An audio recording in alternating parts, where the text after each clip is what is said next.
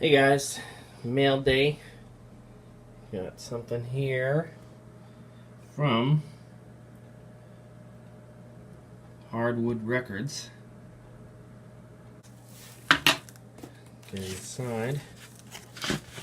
Just a backer there. There we are. Look at that guy. Hayden, Moving Careful, plus rarities. Let's see.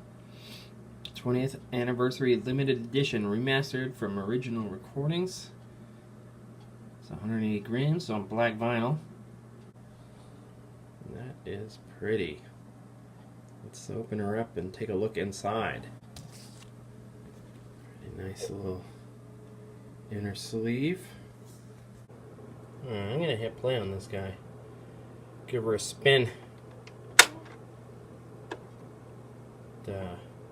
I'm gonna go back over to that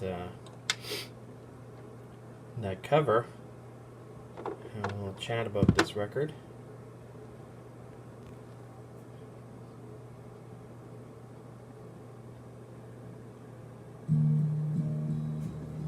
Beautiful.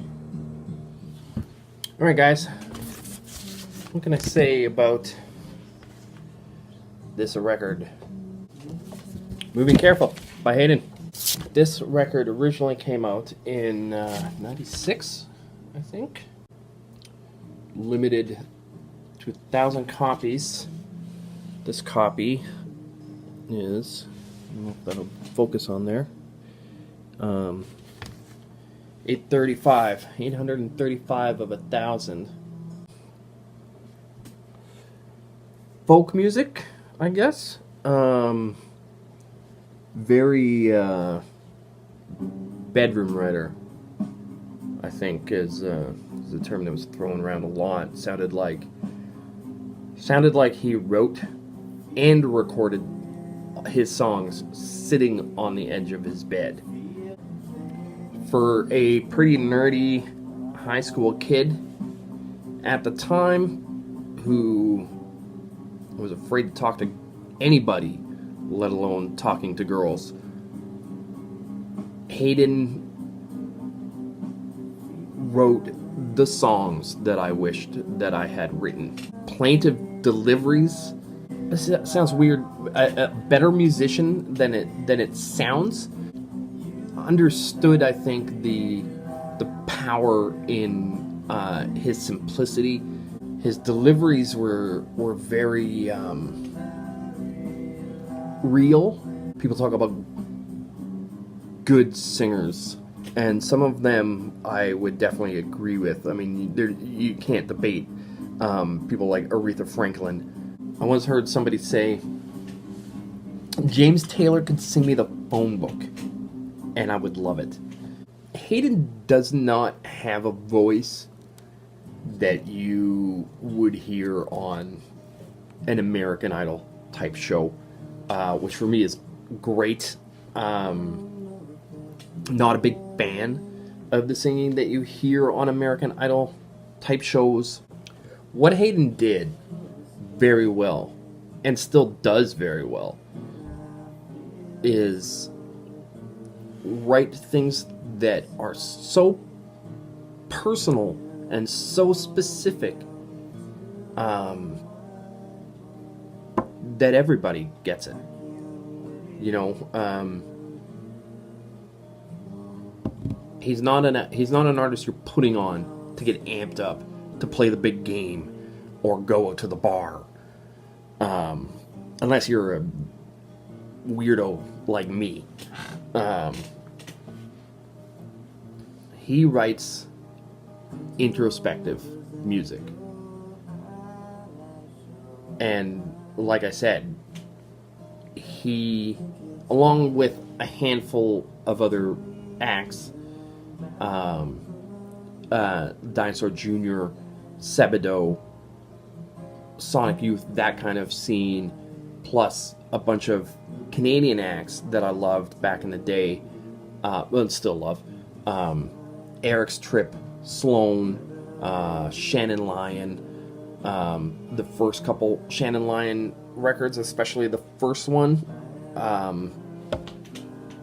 I wish I still had a copy of that. I'm not even sure I still have one on CD with Buffalo White and things on it. Just like amazing. That really got me through high school, if that makes any sense. I know. What kind of trouble could I have had in high school? Look at me. It's really beautiful. This cover, you won't be able to see the texture, but it's like, geez, I don't know anything about textures. I'm an idiot. But it's kind of rough, kind of the same I remember as the CD was. To me, this was my favorite. This was my favorite Hayden release of that era.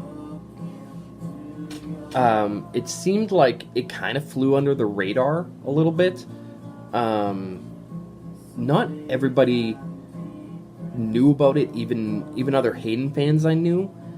So like, in a way, it was kind of just mine, more so than the other ones.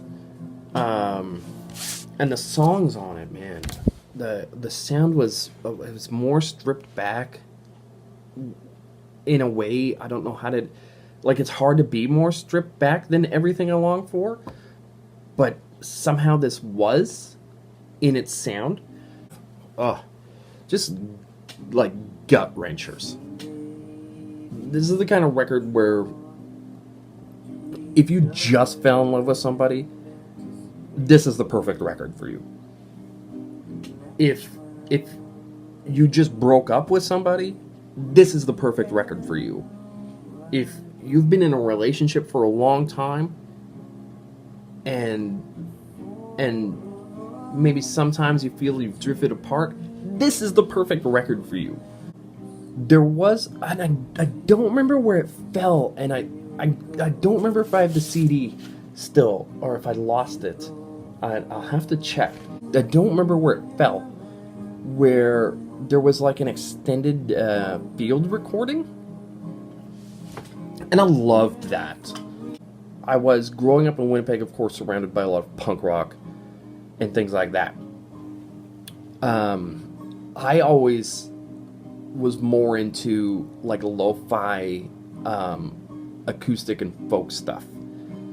That was the stuff that I loved the most. And I remember hearing that field recording track because that was something that I was super into and still am. I used to listen to Dan Gibson's Solitude tapes like they were actual like albums, not like they were you put this on to go to bed.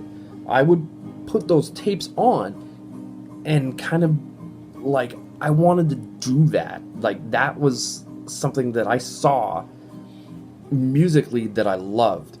I love the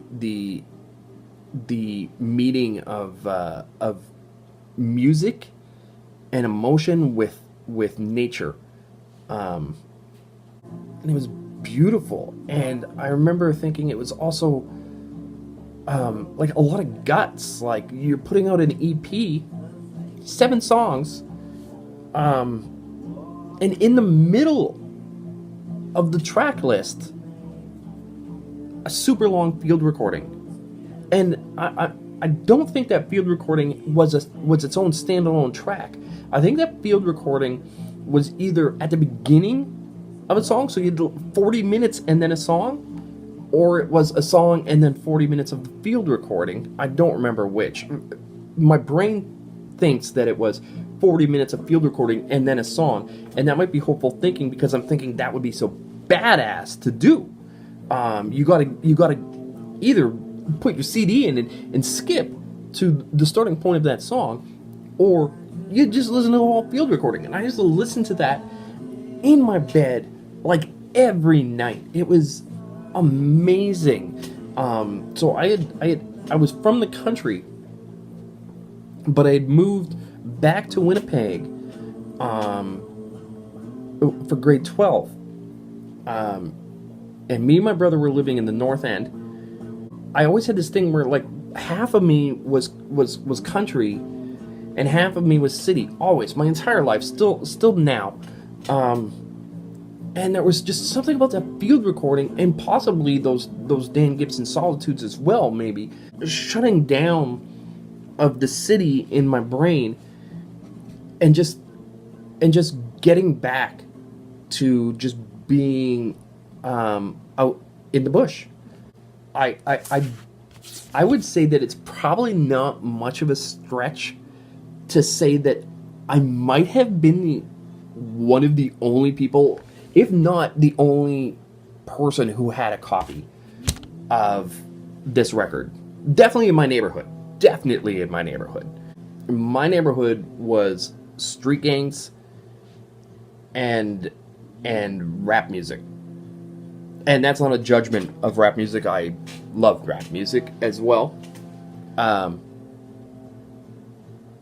But I think I was definitely the only freak listening to this stuff in my neighborhood, man. I could gush like a schoolgirl seeing the Beatles in 1964 all day about this record. There's a few songs on side 2 that I don't know. So side 1 is the actual EP, Moving Careful. Side 2 is where you get the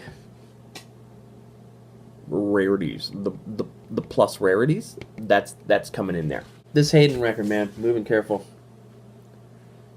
I'm gonna go rock it again right now.